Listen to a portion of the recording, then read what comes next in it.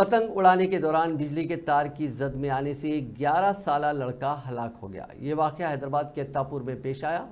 उस लड़का जिसकी शिनाख्त तनिष्क के तौर पर की गई है, अपने दोस्तों के साथ पतंग उड़ाने के लिए इमारत पर चढ़ गया, तहां वो बिजली के तारों की जद में आ गया। उसको इलाज के लिए फौरी तौर पर उसके अरकान ख़ानदान ने अस्पताल मुंतकिल किया, तहम डॉक्टरों ने तस्दीक की कि उसकी मौत हो चुकी है। पुलिस ने अपार्टमेंट के मालिक के खिलाफ लापरवाही का मामला दर्ज कर लिया।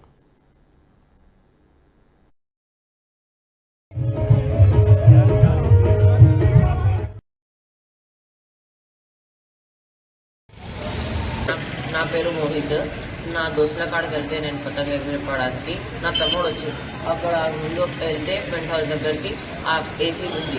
అయితే అక్కడ షార్ట్ ఆ ఏసీ వైర్ తిరిగి మొత్తం అన్ని రాడ్లకి పిల్లర్స్కి మొత్తం అట్లా షాక్లు వస్తుంటాయి పైప్ లైన్కి. మళ్ళీ అట్లా నీకు షార్ట్ తగిలింది. మోహిత్ అని అరిచిండారు నాకు.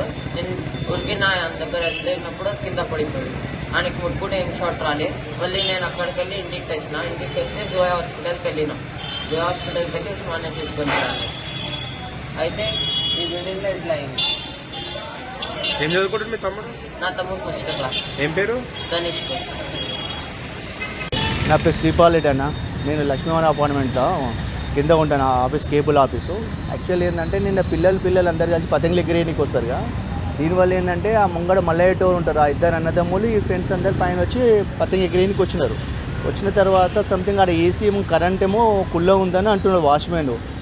దానివల్ల ఏంటంటే రేలింగ్కు టచ్ అయినట్టు, అది పవర్ టచ్ అయినట్టు ఆ అబ్బాయి చూసుకోలేడు. ఆ రేలింగ్ ఇట్లనే ఒరిగినట్టు పతంగ ఎగిరేసుకుంటే సంథింగ్ కింద పడిపోయాడు తమ్ముడు.